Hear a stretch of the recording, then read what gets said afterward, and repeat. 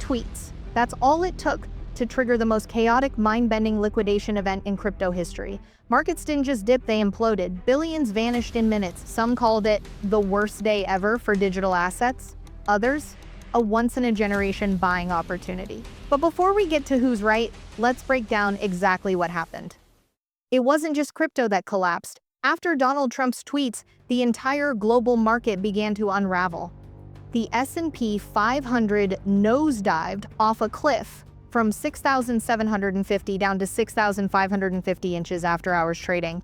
In a single day, over $1.2 trillion in value evaporated. A sea of red flooded every chart, and yet the deeper you went down the risk curve, the worse it got. Crypto, the most volatile asset class of them all, was obliterated. Coin Bureau confirmed it. $9.44 billion in liquidations in just 24 hours. Bigger than Luna, bigger than COVID, even bigger than FTX. We just lived through financial history, and the numbers are still being counted. Some sources, like Ash Crypto, estimate the total carnage could reach $19 billion, nearly 10 times the previous record. Altcoins? Destroyed. Even top 10 coins saw 50% erased in a single hourly candle. If you were watching live, you probably thought your screen was broken. Tokens crashed 70, 80, even 90% in minutes. The kind of move that no algorithm, no investor could have predicted. Ethereum plunged from $4,400 to $3,500 in an hour. Pengu's valuation collapsed by $750 million. Nix cut in half. And some coins, like Atom, even hit literal zero, just fractions of a cent on the wick of a single candle. This wasn't a routine correction. This was chaos, panic, and behind it all, 2 short posts from Donald Trump. But what exactly did he say, and why did it unleash the fastest crash in crypto history? What came next would reveal just how much influence one man still holds over the entire global economy. To understand how 2 tweets could erase trillions, we need to look at the chain reaction they caused. Donald Trump, now president, once again posted early in the morning that China had become increasingly hostile, sending letters to nations around the world threatening export controls on rare earth materials.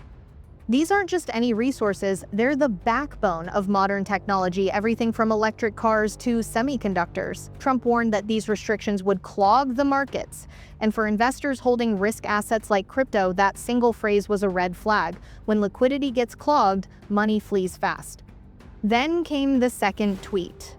Trump said the US also held monopoly positions and could retaliate even harder.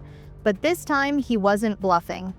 He threatened a full-scale response, saying there was no longer any reason to meet President Xi of China. That single line canceling the meeting sent markets into free fall. In minutes, the S&P began to crumble. Panic rippled outward. Traders realized this wasn't just political posturing.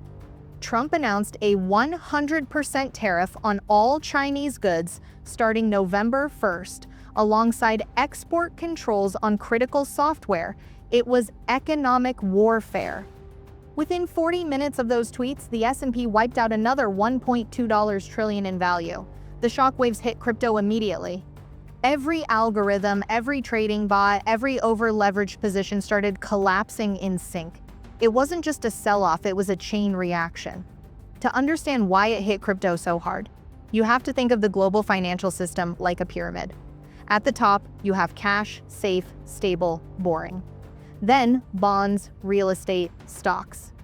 And at the very bottom, the riskiest assets of all, crypto. When fear strikes, money doesn't trickle down, it rushes upward toward safety. That's exactly what happened. Liquidity drained from the bottom of the pyramid in seconds, altcoins, meme tokens, small cap projects gone, the entire risk curve inverted. But here's where things get interesting. Despite the panic, some top investors started seeing opportunity. People like Raoul Pal, a well-known macro analyst, said this pullback was a gift.